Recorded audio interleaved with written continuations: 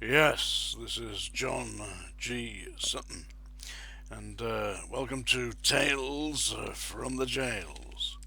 Today I'm going to talk a little bit about my experience of working on the block at Wormwood Scrubs, which is the segregation unit located at the very top of A1. It's converted the blocks as you look at the front of Wormwood Scrubs.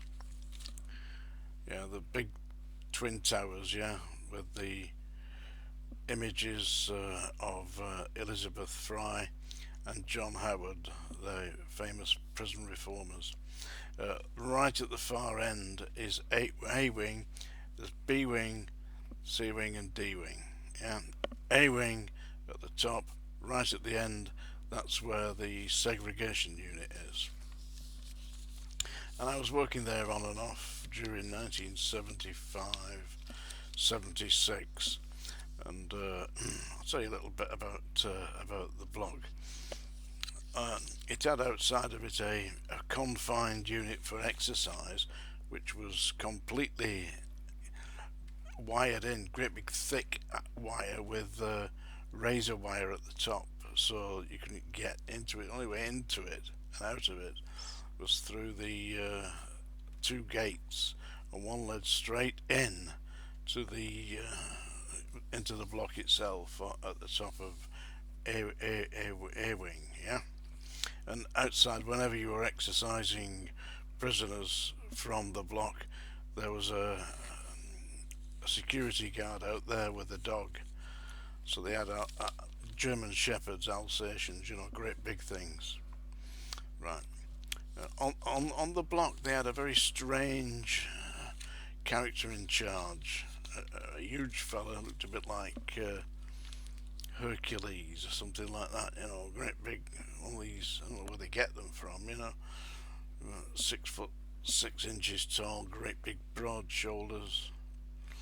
Looked a bit like Dolph Lundgren from the Rocky film. You remember that? Was it Rocky 3? Yeah, it looked a bit like that, but he was a jailer. Yeah, he was a senior officer in charge of the block. And I was working there one morning, and I saw that they'd written things on the eggs. And this giant fella and his extremely muscular colleagues, because they only sent the big jailers to work in the block, because if you kicked off up there, you had to deal with it. So they'd written on the hard-boiled eggs that the inmates got for breakfast, and it said things like bent cop, child killer, pervert. They wrote that kind of stuff on the eggs. And when the prisoners came down to get the breakfast, which they had like a little tin tray that they picked up, and they put their breakfast, they took their egg. They had to take the egg that matched their crime, and if they didn't, then boosh, the tray was knocked out of their hand. The breakfast that they'd put there would go all over the floor, and they were dragged kicking and screaming back to their cell. Seriously. So there were a number of infamous inmates on there, one of whom being Ian Brady, the Moors murderer. His hard-boiled egg said child killer. There was Commander Drury, ex-Commander Drury of Scotland Yard. His hard-boiled egg said bent copper.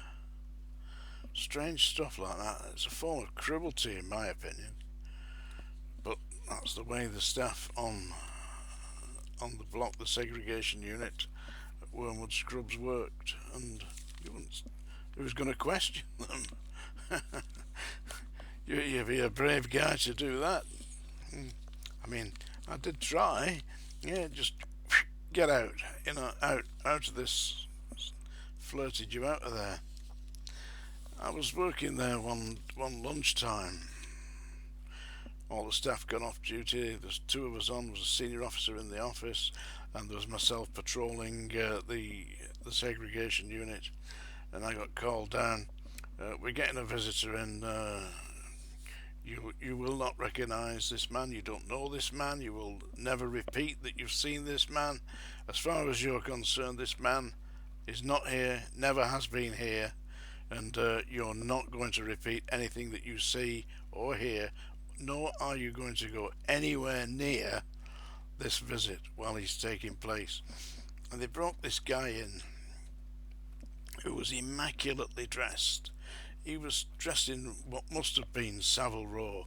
It was striped, pinstriped suit, immaculate shirt, absolutely looked like it had cost a fortune, to dress himself up like this. And I recognised the man, actually. And he was taken by the senior officer, and they opened the cell of Ian Brady, the Moors murderer. And this guy, this extremely prominent individual, went into Ian Brady's cell, and I was cautioned, you stay out the way, don't go anywhere near this cell while this visit's taking place.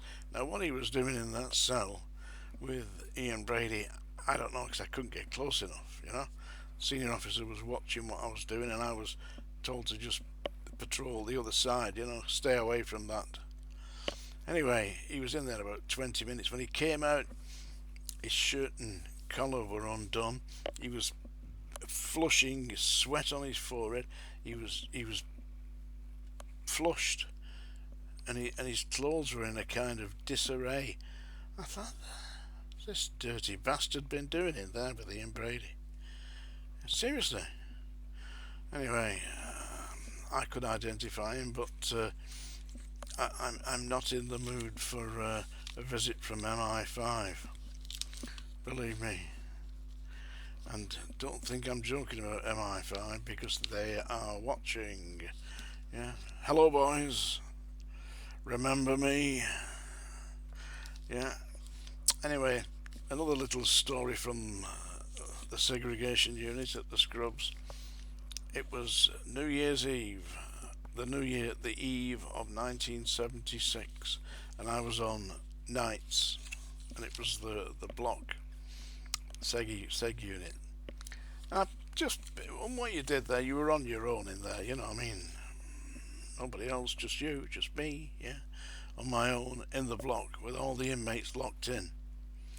Go around, check them every 15 minutes, make sure they're all right. Ian Brady's light was on.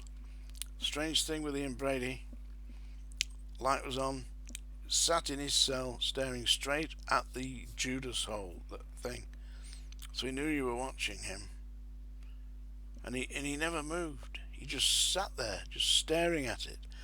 And I tell you, a certain evil around that man, evil around that area. I'm very sensitive myself, you see, and it was like there was a darkness around that unit where he was. Absolutely. Then you go and look, and suddenly he wasn't sat in his chair, he was in bed. But you had to check him, and his light was never off. It was like a very light pinky red lamp, and it was on all the time, so you could see him. Because he was on like suicide watch, he wasn't going to commit suicide. He was far too egotistical for that. Never spoke to staff, a horrible, nasty piece of work. But each morning he got his egg child killer on it, yeah. So he knew what he was doing. He knew what he was. Anyway, back to the New Year's Eve, yeah. So it gets to be midnight, you can hear the bells in London chiming, because we're in the middle of London, all the church bells are ringing. At midnight, yeah, the midnight of the last day of 1975. Here we come into 1976, and the inmates on the segregation unit were banging on the door, shouting, "Happy New Year!"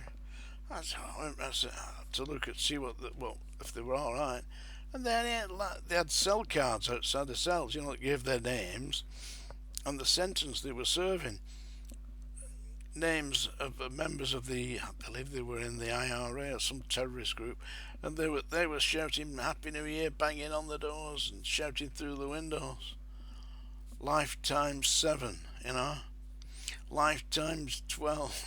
And they're shouting, Happy New Year! I thought, you silly bastards. Eh? For the next 10, 15, 20, 30 years, you're going to be banged up in a place like this. And you think it's going to be a Happy New Year? Anyway, who knows? For them, it might very well have been a Happy New Year. I know that 1976 for me wasn't a particularly happy year. I was taken to Crown Court and tried for defending myself against 3 louts. I've already told you about this. Anyway, 1976 I escaped from the scrubs and went back to strange ways. What kind of joy is that, eh? Life is absurd. Albert Camus. Yeah, you've got to read that philosopher. I think he might have had a point, especially when it comes to Tales from the Jails.